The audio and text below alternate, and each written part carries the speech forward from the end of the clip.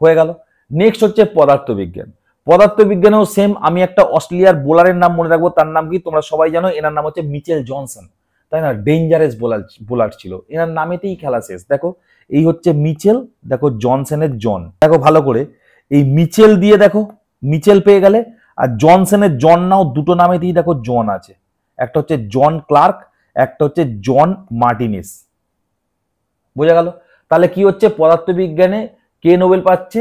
Mitchell Johnson মনে রাখবে শুধু। তাহলে মিচেল দিয়ে একটা নাম, জন দিয়ে দুটো নাম, জন ক্লার্ক একটা, আর একটা কি জন মার্টিনেস।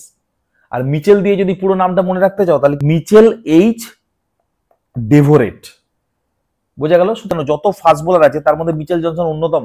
এরা বার্নৌলিস থিওরেম বা ফিজিক্সের থিওরি দিয়ে এরা হচ্ছে বল রিভার্স সুইং করে, ঠিক আছে? সুতরাং ওখান থেকে মনে রাখবে যে মোটামুটি ফিজিক্স ব্যাপারটা এরা ইউজ করে। মিচেল জনসন বা সমস্ত বোলাররা বল করার সময় ফিজিক্স ইউজ করে, ঠিক আছে? যারা এত কিছু ডিটেলে বুঝবে না তারা এইটুকু মনে রাখবে, যে কোনো বোলার যারা ওই ওয়ার্ল্ড লেভেলের বোলার না, তারা হচ্ছে মানে বল করার সময় ফিজিক্সের প্রিন্সিপাল ইউজ করে, ফিজিক্সের নিয়ম ইউজ করে, তাই জন্যই ওদের বলটার অত সুইং খায়, ঠিক আছে? যেটাকে বার্নৌলিস থিওরেম বলে। যাই হোক ওসব ছাড়ো, শুধু মনে রাখবে মিচেল জনসন। মিচেল থেকে মনে রাখবে মিচেল এইচ ডেভোরেট, আর জনসন দিয়ে দুটো নাম, একটা হচ্ছে জন ক্লার্ক আর একটা হচ্ছে জন মার্টিনেস। বোঝা গেল? আর ফিজিক্সে নোবেল পাচ্ছে এরা, কেননা ফিজিক্স অ্যাপ্লাই করছে বলে।